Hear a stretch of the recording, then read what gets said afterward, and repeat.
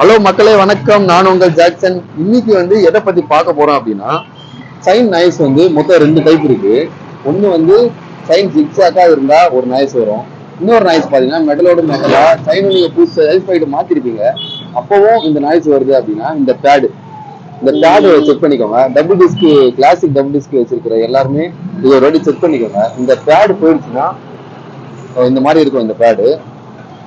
இந்த பேடை மாத்தினாலே எல்லாமே இந்த நாய்ஸ் அரெஸ்ட் ஆயிரும். அதனால நீங்க என்ன நினைச்சிருப்பீங்க, சைனு நினைச்சிருப்பீங்க. அது சைனு கிடையாது, இந்த பேடு. ஓகேவா? தேங்க்யூ.